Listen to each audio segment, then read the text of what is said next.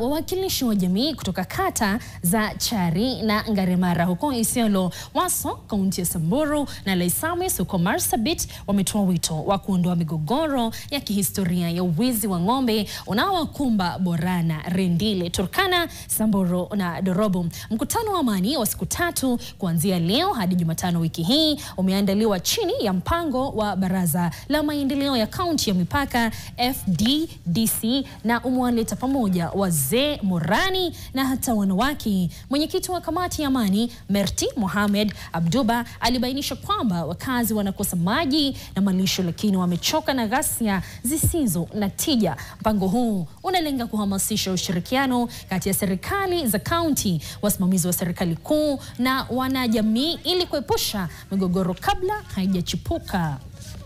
Sisi kama wafugaji wale ambao wameletwa hapa leo wote ni watu wafugaji. Wafugaji Mungu amewapatia kazi ya kuchunga mali, kutafuta maji na nyasi. Yenyewe ni kazi ngumu. Sisi tunajiongezea kazi nyingine ngumu ya kuuana na ya kuibana. Mambo ya amani katika sehemu hii ama kanda huu ni changamoto.